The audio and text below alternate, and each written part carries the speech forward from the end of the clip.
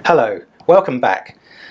Let's look at the LFOs, or as Korg prefers to call them, modulation generators, MGs. We've got two of them, MG1, MG2. MG1 has a variety of different waveforms, from triangle, sawtooth, reverse sawtooth, and square.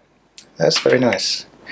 Now, they're separate, they're not related in terms of frequency. You can't actually get them to lock on in terms of multiples other than by manually tuning and then hoping that they stay.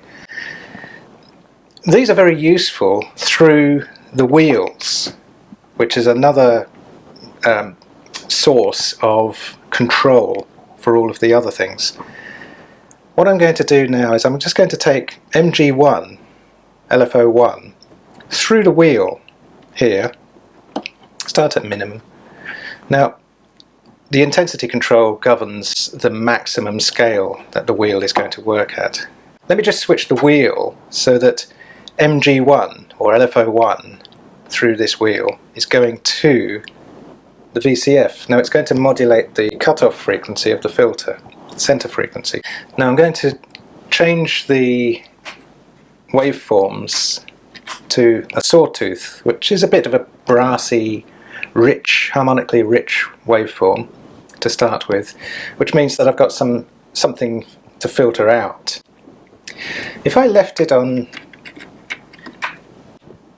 just a straight triangle, it's a fairly mellow sound to begin with. There's not that much in terms of harmonics. Listen. It's filtering something out.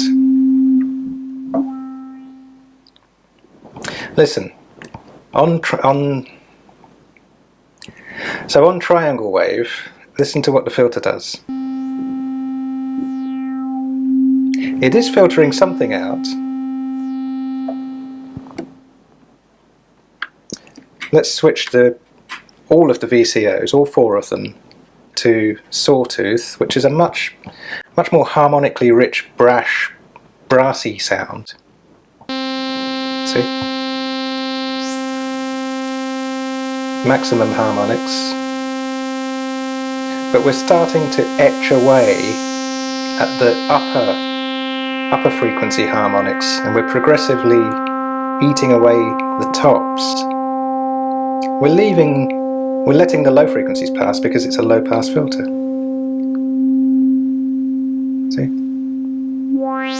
Now, let's put the modulation generator through that. At the moment I've got it set fairly slow, and I've got it set to a triangle wave, and the wheel is going to introduce more or less of the modulation generator's effect on the cutoff frequency.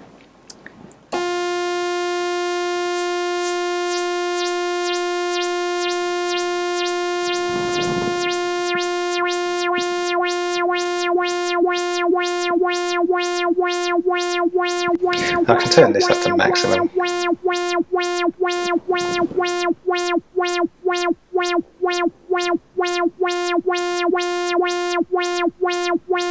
See, that's sweeping most of the range of the filter. Or I could route let's take this back up to here. I could route the modulation generator so that it's affecting the pitch of the VCOs.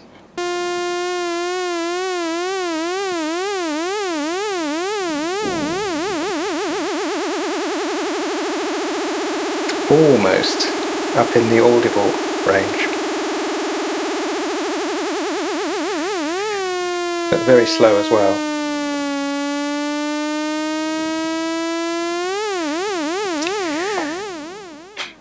Let's try a reverse sawtooth.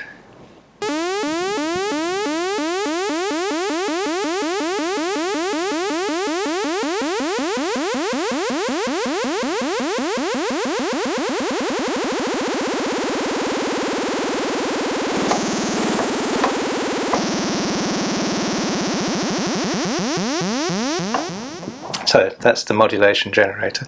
The other one does a very similar thing. Pitch wheel. Let's take this off. With this wheel here, I can control, for example, the pitch, Now it's not center sprung, it's got center detent, but it's not sprung back to the center, so I can feel when I'm on the center.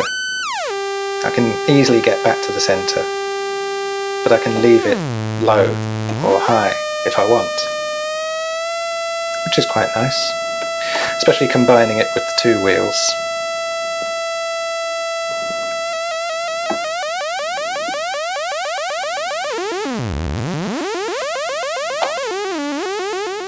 So that's useful. The two LFOs are not linked to each other. You can't synchronize one to the other very easily, other than just manually tuning them and hoping that they stay there.